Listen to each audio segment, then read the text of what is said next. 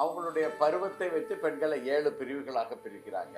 இந்த பூசை 7 பருவத்து பெண்களும் இந்த பூசைகளை பண்ணலாம். அடுத்த ஒரு வருடத்திற்கு தேவையான பாதுகாப்புகளும் நமக்கு வேணும், வளங்களும் வேணும். இதற்கான விரதம் தான் இந்த நோன்பு. நமது வாரிசை உருவாக்கக்கூடிய கருவை தாங்கி நிற்கிறது. நம்ம வாரிசு தாங்கி நிற்கிற ஒண்ணு எப்படி அதோட புனிதம் இல்லாம போயிடும். அதான் இவங்க என்ன சொன்னாங்க, கருமாதின்னா இந்த பிறப்பின் முடிவு மட்டுமல்ல கருமாதி, அடுத்த பிறப்பு கரு ஆதி, அடுத்த பிறக்கிக்கு துவக்கமாக இருக்கிறது தான் இந்த கருமாதி பூசை. ஆனால் அதற்கும் தீட்டு கிடையாது. இதை ஒரு சடங்காக நடத்தி பண்ணோம்னா நிச்சயமாக இதற்கு பலனே கிடையாது. எல்லா பெண்களும் கனவுலையும் லட்சுமியோ சக்தியோ சொல்லல, ஒரு குறிப்பிட்ட பெண்ணோட கனவுல தான் சொன்னதா இருக்கிறது, வரலாறு இருக்கு. ஏன் அந்த குறிப்பிட்ட பெண்ணோட கனவுல வர்றாங்க? வெறும் நோன்பு, நானும் காலையில எழுந்திரிச்சேன், மஞ்சக்கீரை வச்சேன், இதை வச்சேன், கண்ணாடி வச்சேன், முகத்தை வச்சேன், சாயங்காலத்துல வச்சு அழகா பார்க்கறதுக்கே அழகா இருந்துச்சு, இந்த வருஷம் போன வருஷத்தை விட அழகா இருந்துச்சு சொல்லிட்டு கொண்டாடுறதுல எந்த பயனும் இல்லை. ஒற்றுமை வேண்டும். அது என்கிட்ட இருக்குதான், ஒற்றுமை வேண்டும். இதுக்கு மேல குடும்பத்தோட ஒற்றுமை எல்லாமே சிறப்பாக இருப்பதற்காகத்தான் இந்த பூசையை பெண்கள் செய்யணுங்கிறத வச்சிருக்கிறாங்க.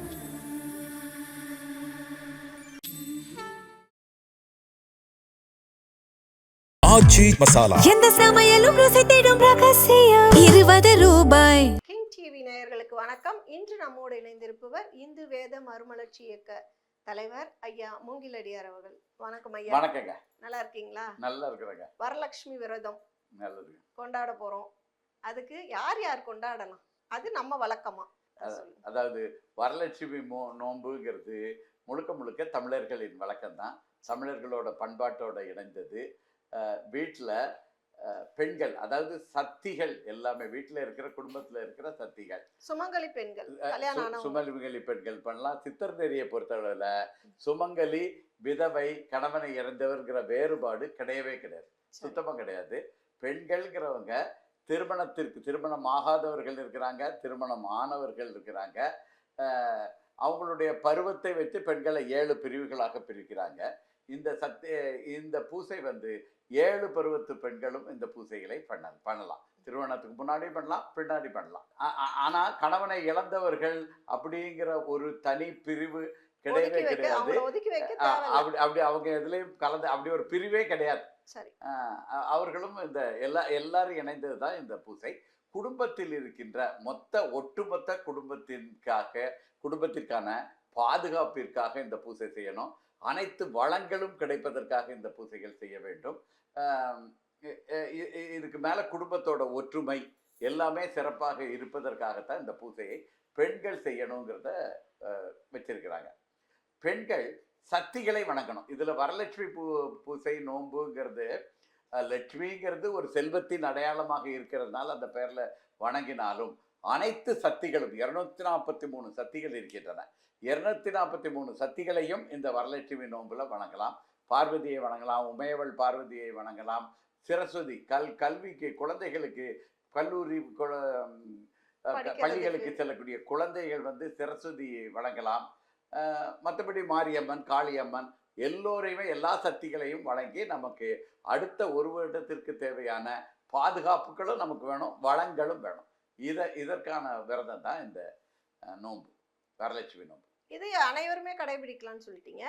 இப்போ மாதவீடு ஆயிடுச்சு, தீட்டு இல்லை, நம்ம வீட்டில் ஒருத்தர் இறந்துட்டாங்க அப்படின்னா நம்ம எவ்வளோ நாளைக்கு இது கும்பிடக்கூடாது? அதுக்கு ஏதாவது விதிமுறைகள் இருக்கா? அதாவது பிறப்பு, இறப்பு, பெண்களுக்கு இந்த தீட்டுன்னு சொல்றாங்க இல்லையா, மாதம் வர்றது, இது எதுவுமே தீட்டு கிடையாது. அந்த நேரத்துல பூசைகள் செய்யக்கூடாதுங்கிறது தவறான மரபு அப்படிங்கிறது சித்தர்களோட தொன்று இருக்கின்ற சித்தர்கள் கூறுவது இதுதான். சித்தர்களோட 8 இலக்கியங்கள்லையும் இதுதான் இருக்கிறது. தீட்டுங்கிறதே ஒண்ணு கிடையாது. இத சிவவாக்கியர் என்ன சொல்றாருன்னா, தூய்மை என்றுழலும் ஏழைகால் தூய்மையான பெண் இருக்க தூய்மையானது எங்கனா. அதாவது அந்த அந்த அந்த இலக்கிய வார்த்தை வந்து பெண்களுக்கு வர்றதுக்கு அந்த மாதம் வர்றதுக்கு விட தூய்மைன்னு சொல்லுவாங்க. அந்த அப்படி அப்படின்னு சொல்லி மனத்தில் வெறுமை உள்ள ஏழைகளாக இருக்கக்கூடியவர்களே தூய்மை பெண்ணே தூய்மையானவள். அப்படி அந்த பெண்மையான தூய்மையான பெண்ணுக்கு இந்த இந்த இந்த மாதம் வர்றது தான் ஒரு தீட்டாகி விடுமா, அந்த பெண்ணை தூய்மை நிலையிலிருந்து மாற்றி விடுமான்னு கேளுங்க. இன்னொன்னு சொல்றாரு, ஆமை போல முழுகி வந்து அநேக வேதம் ஓதுறீர். நீங்க ஒரு ஒரு நம்ம எல்லாரும் ஒரு ஒரு ஒரு புண்ணியம் வேணும், இல்லை பாவத்தெல்லாம் கழுவணும் அப்படின்னா ஒரு புண்ணிய தீர்த்தத்தில் போய் முங்கி எந்திருக்கிறோம். ஆனால் அந்த அதில் இருக்கிற ஆமை வந்து பல காலமாக வருடக்கணக்கில் 200 300 வருடங்களாக அதே குளத்துல தான் இருக்கணும். அதுக்கு முத்தி கிடைச்சிதான்னா கெத்தல. ஏன்னா இவர் வந்து செஞ்ச தவறுக்கு வருந்தி இனிமேல் செய்யாமல் தவறு செய்ய மாட்டேன்னு நினைச்சு அங்க போய் குளிச்சுட்டு புது ஒரு வாழ்க்கை வாழ்வதை எடுப்பதற்கு ஒரு அருளை பெரும் ஒரு நிலையாகத்தான் அதை இருக்கும்போது தான் அந்த அந்த நீராடுதல், புனித நீராடுதல், குளத்துல ஆத்துல தெப்ப குளத்துல நீராடுதல் தான் பயனை தரும். சும்மா அதிலே முங்கி எந்திரிச்சிங்கன்னா ஒன்றும் பயன் இருக்காது. அதை மாதிரி தான் நீங்க பேசுறது எல்லாமே எப்படி இருக்குதுன்னா இந்த ஆமை மாதிரி தான் இருக்குல்ல தவிர அதில் எந்த பொருளும் இல்லை. ஏனென்றால் தூய்மையே திரண்டுருண்டு சொற்குருக்கள் ஆனதே. அந்த இந்த இதெல்லாம் செய்யக்கூடாது தீட்டுன்ட்டு ஒரு ஐயர் வந்து நம்ம வீட்டுக்கு சொல்றாரு இல்லையா, அந்த ஐயர் எங்க இருந்து வந்தாரு? இதே தூய்மையிலிருந்து தானே வந்திருக்கிறாரு. அப்ப அழுக்கில் இருந்து வந்த ஒருத்தர் ஐயர் மட்டும் புனிதமானவாயிட்டாரு. அவர் சொல்றது எப்படி சரியாக இருக்கும்? அசிங்கத்துல இருந்து பிறந்த ஐயரும் அசிங்கம் தான், எல்லாருமே அசிங்கம். ஐயர் மட்டும் இல்ல, அது அப்படி பார்த்தா மனித பிறப்பு மட்டும் இல்லாம எல்லா பிறப்புமே அசிங்கமான பிறப்பாகத்தான் ஆயிரும். மனித வாழ்வே புனித வாழ்வுங்கிறது தான் இந்து மதத்தின் தத்துவம். பாவிகால் மனம் திருந்துகள்ங்கிறது இந்து மதத்தின் தத்துவமே கிடையாது. கிடைத்த அரிது மானிடராதல் அரிது. இதுதான் நம்மளுடைய கருத்து. அதனால இதுல அந்த பிறப்பு அது வந்து என்னன்னா அது உதிரமாக இருக்கலாம், இருந்தா கூட அது ஒரு கழிவு வெளியேற்று. தினமும் நம்ம வியர்வை வழியாக ஒவ்வொரு நொடியும் கழிவுகள் வெளியேறி கொண்டிருக்கின்றன. சிறுநீர் வெளியேறுறது, மலம் வெளியேறுது, இதெல்லாம் நம்ம வயிற்றுக்குள்ள வச்சுக்கிட்டே தான் இருக்கிறோம். அதாவது வெளியேற்றிக்கிட்டு இருக்கிறோம். இதே மாதிரி தான் அதுவுமே தவிர அதுக்குன்ட்டு வேற ஒன்றுமே கிடையாது. இன்னும் சொல்ல போனால் நமது வாரிசை உருவாக்கக்கூடிய கருவை தாங்கி நிற்கிறது. நம்ம வாரிசு தாங்கி நிற்கிற ஒண்ணு எப்படி அதோட புனிதம் இல்லாம போயிடும். அதே மாதிரி பிறக்கிறது, நமக்கு குடும்பத்துல ஒரு வாரிசு வருது, அந்த நேரத்துல குழந்தைகள் பிறந்திருக்கின்றன. நம்ம என்ன செய்யணும்? இந்த மாதிரி காலத்திலையும் ஒரு ஒரு ஒரு ஒரு அந்த கருமுட்டை விலகி புதும கருமுட்டை உருவாகும் நேரத்திலையும், குழந்தைகள் பிறக்கும் பொழுதும், மனிதர்கள் இறந்து போகும் போதும் கடவுளை அதிகமாக வணங்க வேண்டிய நேரம். புது கருமுட்டை உருவாகிற நேரம் கடவுளை குலதெய்வத்தை மற்றவர்களையும் அதிகமாக வழிபட்டு இந்த கரு சிறப்பாக இருக்க வேண்டும், இது மூலமாக எனக்கு வாரிசு வர வேண்டும்ங்கிறது வழிபடுறது. சரி, இந்த வாரிசு பிறந்திருக்கிறது, என் குலக்குழந்து பிறந்திருக்கிறது, இது நன்றாக வளர்ந்து சீரும் வாழ்வாங்கு வாழணும்னு நினைக்கிறதுக்கும், இறந்த பிறகு ஒருத்தர் மறுபிறப்பு அடைகிறதுக்கும், பிறப்புக்கும் இறப்புக்கும் இடையில் உள்ள வாழ்க்கையை சிறப்பாக நடைபெறுவதற்கும் இந்த காலகட்டத்தில் மிக அதிகமாக பூசைகள் செய்ய வேண்டிய நேரம். இந்த நேரத்துல போய் கடவுளை 48 நாளைக்கு வழிபடக்கூடாதுன்னா, 48 நாட்கள்ல 9 கோள் 27 விண்மீன்கள் 12 ராசி, இதுக்கு உண்டான ஒரு சுற்று 48 நாள்ல முடிஞ்சு போச்சுது. அப்ப அந்த குழந்தை எப்போ வழிபடப்பட வேண்டுமோ, அந்த பிறப்பு இறப்பு, அந்த கரு உருவாதல், கருவுக்கான முட்டை உருவாகுதல், இந்த நேரத்தில் எப்போ வழிபடணுமோ அந்த நேரத்தை விட்டுட்டு இன்னொரு 48 நாள் கழித்து வழிபடும் பொழுது அது பயணமே 2ஆம் தரமாகத்தான் மாறிவிடும். அதனால இதெல்லாம் தீட்டு கிடையாதுங்கிறது தான் உண்மை. நம்ம மலத்தோடு இருக்கிறோம், வியர்வையோடு இருக்கிறோம், இதுக்கு இல்லாத அசிங்கமாக அதுக்கு வந்துட போகிறது. இதை நம்ம தமிழர்கள் புரிந்து கொள்ள வேண்டும்.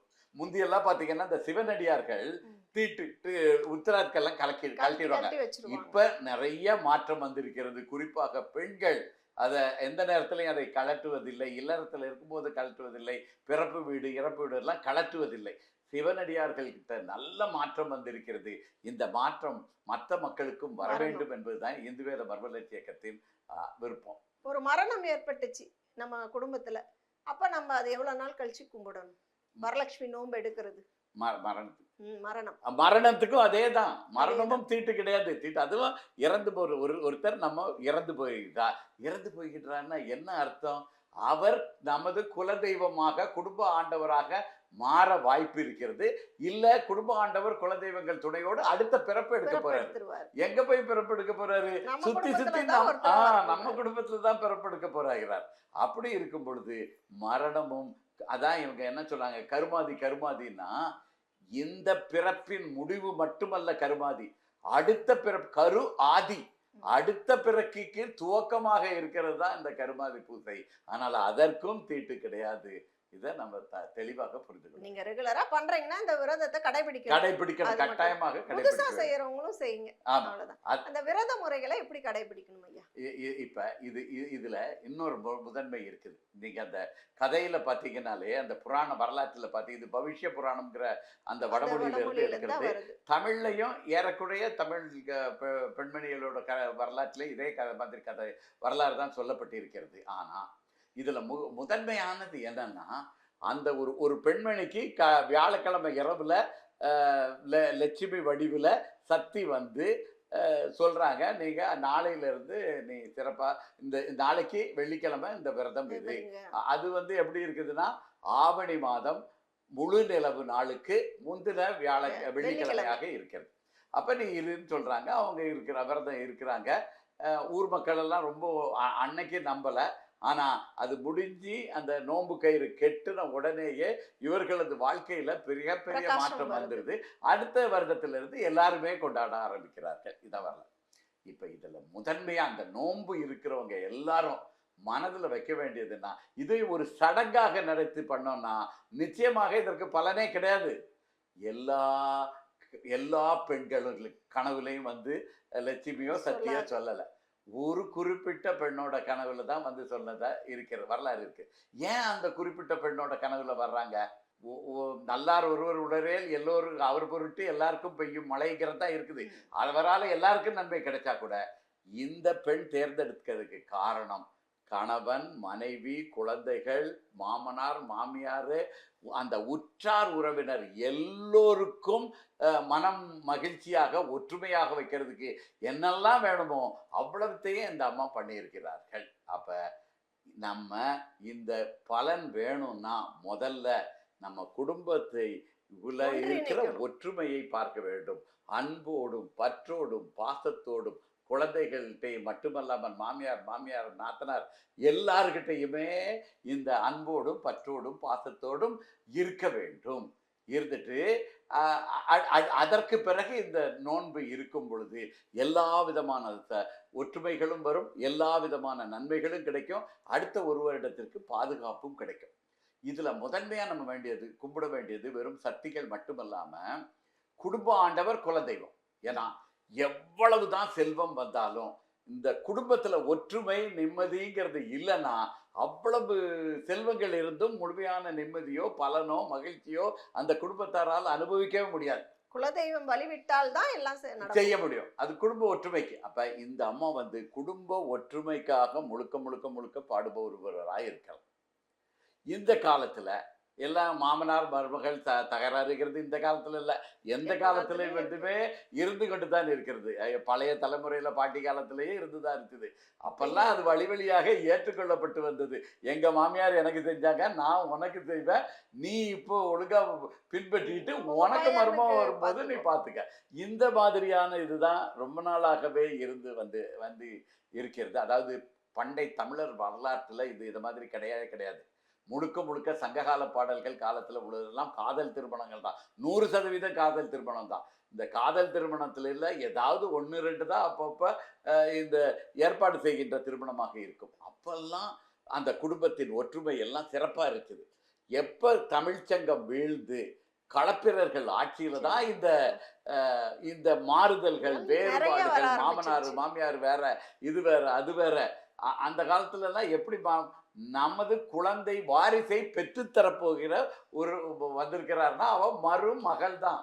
உண்மையிலே பேருக்கு சொல்லப்பட்டது இன்னொரு மகள். ஏன் இந்த இன்னொரு மகள்? ஏன்னா இந்த பெண்ணு தான் என்னுடைய நம்ம வாரிசை வாரிசை கொடுக்க உருவாக்கி கொடு. வெறும் வாரிசை கொடுக்கறது மட்டும் இல்ல, அந்த வாரிசை ஈன்று புறந்தறுதல் எந்தலை கடனேன்னா வெறும் குழந்தையை குழந்தை பெற்றுக் கொடுக்கிறது மட்டும் இல்ல, புற வாழ்க்கைக்கு தகுதி உள்ளவனாக அவரை வளர்த்து மாற்ற சமுதாயத்தை வேண்டியது கொடுக்கிறது. இருக்குது. அப்ப என் வாரிசு ஒழுங்கா இருக்கணும்னா இந்த மருமகளை நான் பாராட்டி சீராட்டி எப்படி இந்த மருமகளே அழுதுகிட்டு இருந்தான்னா அந்த வாரிசு எப்படி இருக்கும்? அப்படின்ட்டு அந்த குழந்தைக்கு மருமகளை அவ்வளவு தாங்கி தாங்கி வைக்கிறது தான் நம்மளுக்கு தமிழர் பண்பாடு. இந்த களப்பிரர்கள் ஆட்சிக்கு பிறகு எல்லாமே மாறி போய்கிட்டு இப்ப இருக்கிற சூழ்நிலையில ஒத்து வராதுங்கிறது தான் ஏப்பம் இருக்குது. பரவாயில்லைங்கிற நீங்கள் ஒற்றுமைக்காக பாடுபடுங்கள்.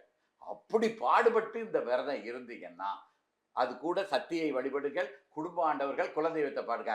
அந்த குடும்ப ஆண்டவர்கள் குலதெய்வம் இந்த சக்தியின் அருளால மாமனார் மாமியார்கிட்ட பிரச்சனை இருந்தாலும் சரி, மருமகள்கிட்ட பிரச்சனை இருந்தாலும் சரி, அவை முழுமையாக யாராவது மாமியார் ஒழுங்கா பூஜை செஞ்சாலும் சரி, மருமகள் பூஜை மட்டுமே தனியா பூஜை பண்ணாலும் சரி, இல்லை இந்த 2 பேர்களும் சேர்ந்து பூஜை பண்ணாலும் சரி, ஒருத்தர் பண்ணுகின்ற பூசையின் ஆற்றல் அடுத்தவர்களின் மனத்தை மாற்றி மாமியாரும் மருமகளும் இணைந்து நாத்தனார் எல்லாரும் இணைந்து ஒரு நல்ல வாழ்க்கைக்கு அந்த 1 வருடத்துக்குள்ள நிச்சயமாக இது துணை புரியும். இதை நீங்க மனசுல வச்சுக்கிட்டு அந்த எண்ணத்தோட இந்த விழாவை கொண்டாடுங்கள். ஒற்றுமை முக்கியம்.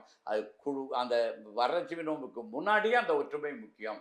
வரலட்சுமி நோம்புக்கு பிறகும் ஒற்றுமை. அதற்காக கொஞ்சம் விட்டு கொடுங்கள். கொஞ்சம் விட்டு கொடுத்தீங்கன்னா இறைவன் அருளாலும் குடும்ப ஆண்டவர்கள் குலதெய்வத்தின் அருளாலும் மற்றவர்கள் யாரு நியாயத்தை புறம்பாக இருக்கிறார்களோ அவர்களது மனமாற்றம் உறுதியாக நிகழும். இதை நீங்க புரிந்து கொண்டு அந்த வரலட்சுமி விரதம் இருக்கும் பொழுது அது ஒரு சிறப்பான பயனை தரும். வெறும் நோன்பு நானும் காலையில எழுந்திரிச்சேன், மஞ்சள் கயிறு வச்சேன், இதை வச்சேன், கண்ணாடி வச்சேன், முகத்தை வச்சேன், சாயங்காலத்தை வச்சு அழகா பார்க்கறதுக்கே அழகா இருந்துச்சு, இந்த வருஷம் போன வருஷத்தை விட அழகா இருந்துச்சு சொல்லிட்டு கொண்டாடுறதுல எந்த பயனும் இல்லை. ஒற்றுமை வேண்டும். அது என்கிட்ட குடும்ப ஒற்றுமை வேண்டும். இந்த வருஷத்துக்கு ஒரு நாளாவது குடும்பத்துல எந்த பகை இருந்தாலும் மறந்து எல்லாம் ஒண்ணு சேர்ந்து கும்பிடும்போது அந்த ஒற்றுமை அடுத்த 1 வருடத்திற்கு தொடர்ந்து இருக்கும். அதுதான் கடவுளர்கள வேலை. அடியை நம்ம எடுத்து வைக்கணும், மற்றது எல்லாத்தையும் கடவுளர்கள் பார்ப்பார். அந்த நுட்பத்தை புரிந்து கொண்டு வரலட்சுமி நோன்பு இருக்க வேண்டும். இந்த கயிறு கட்டுறோம் இல்லைங்க ஐயா, அது எப்ப கட்டணும்? அது எப்ப கட்டணும்னா அந்த பூசையில வைக்கணும். முதல்ல கலசம் தயாரிக்க வேண்டும். கலசம் தயாரிக்கணும்னா நல்லா அந்த துணி வாங்கிட்டு வருவாங்க. அதை யூடியூப்ல தான் அலங்காரம் பண்ணீங்கன்னா பார்க்கறதுக்கு அம்மன் மாதிரியே இருக்கணும். அதெல்லாம் முக்கியம். இதெல்லாம் இது ஒரு மன மகிழ்ச்சிக்காக ஒரு அலங்காரம், பூ அலங்காரம் பண்ற மாதிரி தானே தவிர அடிப்படையில் நம்ம கலசம் தயாரிக்க வேண்டும். அந்த கலசத்துல எல்லாரும் என்ன செய்வாங்க? மஞ்சள் நீர் ஊற்றுவாங்க. இல்லைன்னா மஞ்சள் நீர் தான் பெரும்பாலானவர்கள் ஊற்றுவாங்க. ஆனா இந்த செயற்கை குருதி அப்படின்ட்டு இரத்தம் இருக்கிறது, அந்த இரத்தத்திற்கு மாற்றாக ஒரு செயற்கை குருதின்னு சித்தர் சொல்றாங்க. என்னன்னா வெத்தலை, பாக்கு, சுண்ணாம்பு, 2-3 சொட்டு விளக்கெண்ணெய், ஆமணக்கெண்ணெய், விளக்கெண்ணெய் இந்த ரிஃபைன்டு விளக்கெண்ணெய் இருக்கும். அது விளக்கெண்ணெய் ரிஃபைண்டா இருந்துச்சுனாலே அதோட சத்து போயிருச்சுன்னு அர்த்தம். ரிஃபைண்ட் ஆகாத அடிப்படை விளக்கெண்ணெய் 2-3 சொட்டு, வாழைப்பட்டைச்சாறு, வாழைப்பட்டை, இந்த 5 போட்டிக்கனாலே அது வெத்த கலருக்கு வரும். அதை வச்சு அதுக்கு மேல மஞ்சள் தண்ணி ஊற்றலாம், பன்னீர் ஊற்றலாம், சந்தனம் ஊற்றலாம், வாசனை திரவியங்கள் ஊற்றலாம், அத்தர், செவ்வாது, குறுக்கு, இந்த மாதிரி வாசத்துணிகள்லாம் வச்சு இந்த செயற்கை குருதியை முதல்ல தயார் பண்ணணும். அதுக்கு முன்னாடி அந்த கலசத்துல நூல் சுத்தணும். அந்த நூல் சுத்துறது ரொம்ப ரொம்ப அடிப்படை. உங்க ஓம் அந்த குலதெய்வமே போற்றி போடலாம், ஓம் நமசிவாய சொல்லலாம், ஓம் சிவாய நம்ம சொல்லலாம், ஓம் சத்தியை போற்றி சொல்லலாம். ஏதாவது இல்லை உங்களுக்கு பிடிச்ச கடவுளர்கள் பேரை சொல்லிகிட்டே அந்த நூல் சுத்து கட்ட வேண்டும். அந்த நூல் மஞ்சள் கலர் நூலாக இருக்கணும். இப்போல்லாம் வயலட் ஏதோ அழகுக்கும் அதுக்கு தான் செய்யறாங்க. இல்லை, மஞ்சள் கலர் நூல் கூட சுத்தக்கூடாது. வெள்ளை நூலை எடுத்து அதுல மஞ்சளை தடவி மஞ்சளாக்கி அதற்கு பிறகு சுத்த வேண்டும். இப்படி சுத்தி அந்த தேங்காயை வச்சு அதுக்கு பிறகு பண்றதா பூ வைக்கணும். குறைஞ்சது ஒரு பூ வைக்கணும். இதற்கு மேல நீங்க அலங்காரம் எல்லாம் உங்களது விருப்பத்திற்கு ஏற்றது. ஆனா அதெல்லாம் 2ஆம் பட்சம். முதல் பட்சத்துல இந்த செயற்கை குருதி வச்சு நல்ல கலசத்துல நூல் சுத்தி வைக்க வேண்டும். இது முதல்ல வைக்கணும். அப்படி வச்சுட்டு வழிபடுவதற்கு 3 நேரங்கள் சிறப்பான நேரங்களாக இருக்கின்றன இந்த வருடத்துல இன்னொரு குழப்பம் வேற இருக்குது. நான் சொன்னேன் இல்லையா எப்ப கொண்டாடணும்ட்டு, ஆவணி மாசம் முழு நிலவுக்கு முதல்ல முந்தைய வர வெள்ளிக்கிழமை. வெள்ளிக்கிழமை. ஆச்சா, இப்ப இந்த தடவை வெள்ளிக்கிழமை அன்னைக்கு முழு நிலவு வந்து நிறைவடையுது. ம். அப்ப வெள்ளிக்கிழமை அன்னைக்கு முழு நிலமாவும் இருக்குது, இது இந்த இதாகவும் இருக்கிறதுங்கிறதுனால நிறைய வட இந்திய மாநிலங்கள்ல அவர்கள் 28ஆம் தேதி ஆகஸ்டும் கொண்டாடலாம், 21 கொண்டாடலாம், 28 சிறப்பு. ஏன்னா இப்போ முழு நிலவும் அதுவும் சேர்ந்து வருதுங்கிறாங்க. தவறு தவறு தவறு.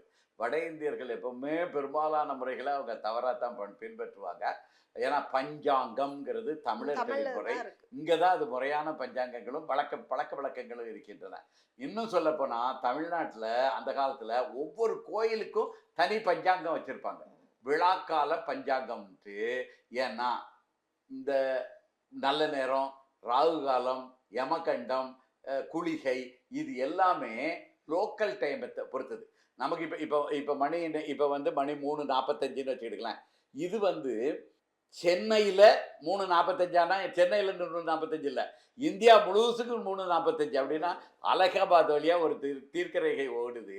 அந்த அலகாபாத்தில் ஓடுற தீர்க்கரேகையில் யார் யாரெல்லாம் அந்த இடத்துல இருக்காங்களோ அவங்களுக்கு தான் 3:45.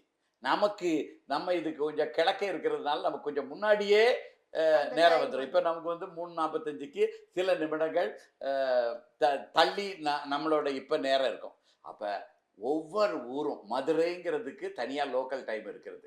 அது அந்த தீர்க்கரேகை கணக்கு 4 டிகிரிக்கு 1 நிமிஷம்னு கணக்கு வச்சு அதை பஞ்சாங்கம். அப்ப அந்த பஞ்சாங்கம் காலையில 7:30 to 9ன்னா மதுரையில 7:30 to 9ங்கிறது அந்த இந்தியன் ஸ்டாண்டர்ட் டைமை வச்சு பார்க்கக்கூடாது. மதுரையில 7:30 to 9 எப்போ, மதுரையில் லோக்கல் டைம் 7:30 எப்போ. அதே மாதிரி கோயம்புத்தூர்னா கோயம்புத்தூர்ல எப்ப, இப்படி கணக்கு பார்க்கணும். இப்படி எல்லாம் வச்சிருந்தாங்க. கொடுத்துறோம் இல்ல, எப்படி 1.5 மணி நேரம் கொடுத்துறோம், அந்த டைமுக்குள்ள எல்லா தமிழ்நாடு ஃபுல்லா கடவுளுக்கு பூசை செய்யும் பொழுது ஆரம்பிக்கிற நேரம் 7:30 ஆரம்பிச்சுட்டேன்னு நீங்க இருக்கலாம். 9 மணி வரைக்கும் இருக்குன்ட்டு சீக்கிரமாவே முடிஞ்சிடும். 8:45 8:50க்கு முடிஞ்சிடும். நீங்க பாட்டு 9 மணி வரைக்கும் இருக்குன்ட்டு தள்ளி போய் வச்சுக்கிட்டு இருந்தீங்கன்னா இதெல்லாம். இதுக்காகத்தான் விழாக்கால பஞ்சாங்கங்கள் தனியாக இருக்கின்றன. அதெல்லாம் இப்போ முறைகள் எல்லாத்தையுமே மாத்திட்டாங்க. நாங்க தான் ஆகமம், இந்த கோயில்ல இருக்கிற ஐயர்லாம் நாங்க தான் ஆகம முறைப்படி எல்லாம் பண்ணுவோங்கிறீங்களா. இது எப்படியோ மாத்தினா விழாக்கால பஞ்சாங்க இப்போ வச்சிருக்கிறியா, தனியா வச்சிருக்கிறா. இப்போவும் இந்த திருமால் வைணவ கோயில்களில், திருமால் கோயில்களில் 99% முழுமையாக பின்பற்றப்பட்டுக்கின்றன. அவங்க தனியாக வச்சிருக்கிறாங்க. ஆனால் சிவன் கோயிலில் இருக்கிற எல்லாருமே அந்த இதெல்லாத்தையும் ஆகமத்து பேருக்கு ஆகமம் வச்சுக்கிடுவாங்களே தவிர மற்றபடி அவர்கள் எந்த ஆகமத்தையும் முறையாக பின்பற்றுவது கிடையாது. சரி, அதனால் நம்ம வந்து காலையில் 7:30 8:40 வரைக்கும். சரி, நம்ம இந்த நேரத்தை, அந்த குறிப்பிட்ட நேரத்தை எப்படி வச்சுக்கிட்டதுன்னீங்கன்னா, நீங்கள் இந்த தமிழ்நாட்டில் மொத்தமாக பார்த்துக்கிட்டிங்கன்னா அதிகபட்சமாக ஒரு 12 நிமிடங்கள் வேறுபாடு இருக்கிறதுக்கு வாய்ப்பு இருக்கிறது. சென்னையெல்லாம் கிழக்கு கடற்கரை ஓரமாக இருக்கிறது. அதனால் சென்னையில் தான் அதிகமாக இருக்கணும். நீங்கள் ஒரு 15 நிமிடங்கள் கழித்தே இந்த நாட்காட்டியில் போட்டிருக்க அதை வச்சு தான் நான் சொல்கிறேன். 7:30 சென்னைக்கு தான் நான் அந்த நேரத்தை சொல்கிறேன். 7:30 8:40க்குள்ளே நீங்கள் இதை கொண்டாடலாம். இல்லை உச்சி பொழுதில் கொண்டாடலாம். 11:40 12:35 வரைக்கும் இதை கொண்டாடலாம். ஆச்சா, அடுத்தது மாலை நேரத்தில் 5:40 7:30 மணி வரைக்கும் கூட கொண்டாடலாம். உச்சி பொழுதுக்கு ஒரு சிறப்பு, காலை பொழுதுக்கு ஒரு சிறப்பு. மாலை பொழுதுல பிரதோஷ நேரம். பிரதோஷம் வந்து வளர்பிறை பிரதோஷம், தேர்பிறை பிரதோஷம், சனி பிரதோஷம்னு பல பிரதோஷங்கள் இருக்கின்றன. 4:30 மணியிலிருந்து 6 மணி வரைக்கும் தினப்பிரதோஷம். அப்ப பிரதோஷத்திலையும் வர்ற இந்த வரலட்சுமி நோன்பு நம்ம தோஷங்களும் நீம்பும் வருது, செல்வங்களும் குவியும். அதனால இந்த நேரங்கள்ல நம்ம சிறப்பாக அந்த நேரங்கள்ல பூஜை நிறைவுல அந்த கயிறு கட்ட வேண்டும். கயிறுல 9 முடிச்சு போடணும். 9 முடிச்சு போடலாம், 27 முடிச்சு போடலாம், 36 முடிச்சு போடலாம், 12 முடிச்சுகள் போடலாம், 48. அதாவது 9 கோள் 27 மீன்கள் 12 ராசி. நம்ம ஏற்கனவே கொஞ்சம் நமக்கு ராசி பிரச்சனை இருக்குதா, கோள் பிரச்சனை இருக்குதா, இல்ல விண்மீன் பிரச்சனை இருக்குதாங்கிறது தெரிஞ்சுன்னா அதுக்கு தகுந்தாப்புல போட்டுக்கலாம். இல்ல எல்லாருமே 48 போட்டு நல்ல கயிறு கட்டி வச்சுக்கிட்டீங்கன்னா எல்லாத்தினால இருக்கிற பிரச்சனைகளுமே நம்ம கட்டாயம் 9ங்கிறதுல கோள்ல பிரச்சனை இருக்கிறவங்க தான் 9 அடை நிறுத்தணும். இதை வச்சு நம்ம கணவன் இருந்தால் கணவன், இல்லைன்னா அதாவது இந்த பூசை செய்வது பெண்கள், அதை நிறைவு செய்து வைக்கிறது ஆண்கள். 2 பேரும் இணைஞ்சு பூசை செய்கிறது தான் இதோட முறை. திருமணம் ஆகலைன்னா தந்தையார் கொடுக்கலாம், அண்ணன் கிட்ட கேட்டலாம், மூத்த அண்ணன் இருந்துச்சுன்னா அண்ணன்கிட்ட கேட்டலாம், யார்கிட்ட வேணாலும் இதை கட்டி வச்சுக்கிட்டு நம்ம வழிபடும் போது, ஒற்றுமையாக வழிபடும் பொழுது அந்த ஆண்டு முழுவதுமே இந்த ஒற்றுமை பலப்படும். வரலட்சுமி நோன்பு அனைவருமே கொண்டாடணும், சிறப்பாக கொண்டாடணும். அதுதான் நம்ம இந்து மறுமலர்ச்சி இயக்கத்தோட எண்ணம்னு வெளிப்படுத்தியிருக்கீங்க ஐயா. நன்றி. கிங் ஊடகத்தாருக்கு இந்து வேத மர்மலட்சி இயக்கத்தின் வரலட்சுமி நோன்பு சிறப்பாக கொண்டு வருவதற்கான வாழ்த்துக்கள். ஓம் திருச்சிற்றம்பலம். ஓம் ஆச்சி மசாலா. எந்த சமையலும் ருசி தேடும் ரகசியம் 20 ரூபாய்.